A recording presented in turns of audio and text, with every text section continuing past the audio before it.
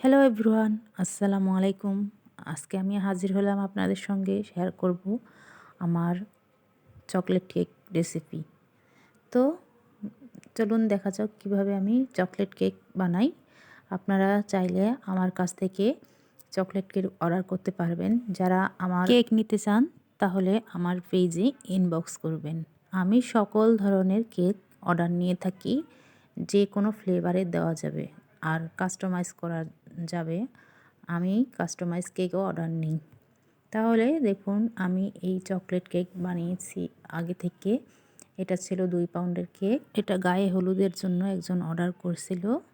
তো এখানে আমি চকলেট কেক বানাচ্ছি, তার মধ্যে দেখুন আমি কতটা পরিমাণে গানাশ দিচ্ছি চকলেটের। আর আমি ক্রিমটা বানিয়েছি চকলেট গানাশ দিয়ে। আর এই কেকটা অসম্ভব মজার হয়ে থাকে। যারা খেয়েছে আলহামদুলিল্লাহ, তারা ভালোই রিভিউ দিয়েছে।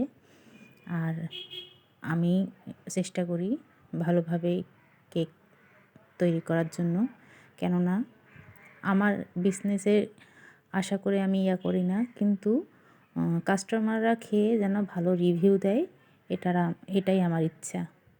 তো দেখুন, এখানে আমি 3 লেয়ারের বানিয়েছি। আর সব লেয়ারেই আমি চকলেট গানাশ দিচ্ছি অনেক পরিমাণে, যেন খেতে অনেক ভালো লাগে।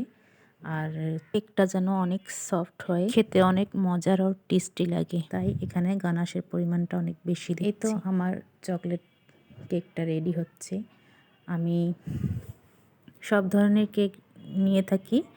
আর আমার পেজে কেউ ইনবক্স করলে যদি কেক অর্ডার করতে চান, তাহলে আপনারা 2 থেকে 3 দিন আগে বলে রাখবেন, তাহলে আমার জন্য সুবিধা হয়। হোমমেড কেক কীরকম প্রাইস আপনারা সবাই জানেন।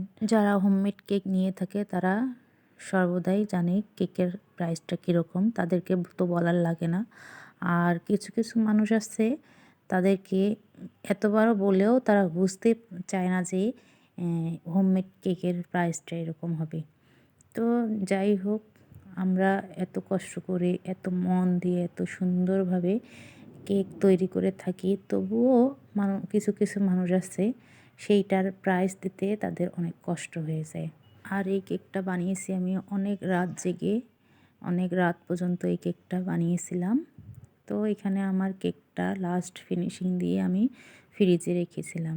ফ্রিজ থেকে 1.5 ঘন্টা পর বের করে আমি আবার এখানে ক্রিম দিয়ে ডিজাইন করে নিয়েছি।